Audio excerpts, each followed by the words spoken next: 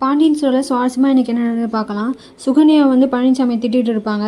நீ வந்து எப்படியாவது வேலை செய், ஒற்றலாம் அடி, இல்லைன்னா உங்கள் அண்ணி வேலை வந்தாங்கன்னா என்ன தான் திட்டுவாங்க. ஏன் இந்த மாளிகையை பார்த்துக்காம விடுன்னு சொல்லி என்ன தான் உங்கள் அக்கா திட்டுவாங்க. ஒழுங்காக ஒற்றரை அடிச்சதுக்கப்புறம் ஃபேன்லாம் தொலைன்னு சொல்லுவாங்க. எனக்கு வேலை செய்கிறதா ஒரு பிரச்சனையும் இல்லை, இப்போ நான் கடைக்கு வேலை போகணும், இல்லைனா என் மாமா திட்டுவான்னு சொல்லுவாங்க. ஆமாம், அது ஒரு பெரிய கடை, அதே ஒரு 10க்கு 10 கடை, அதை வந்து 4 பேர் பார்த்துக்கணுமா, இவ்வளோ பெரிய வீட்டை நான் ஒரே ஆளாக பார்த்துக்கணுமான்னு சொல்லி திட்டுவாங்க. அதுக்கப்புறம் சரவணன் வந்துடுவார். என்னடா பார்க்குற, இங்கே நடக்குது என்னன்னு உனக்கு புரியலன்னு கேட்பாரு. எனக்கு எல்லாம் புரியுது மாமா, கொஞ்ச நாள் பொறுத்துக்கோங்க, அம்மா வரட்டும், அம்மா வந்ததுக்கப்புறம் நான் எல்லாத்தையும் சொல்கிறேன் அப்படின்னு சொல்லுவாங்க. அப்போ தான் கோமதி மீனாலாம் உட்காந்து இருப்பாங்க.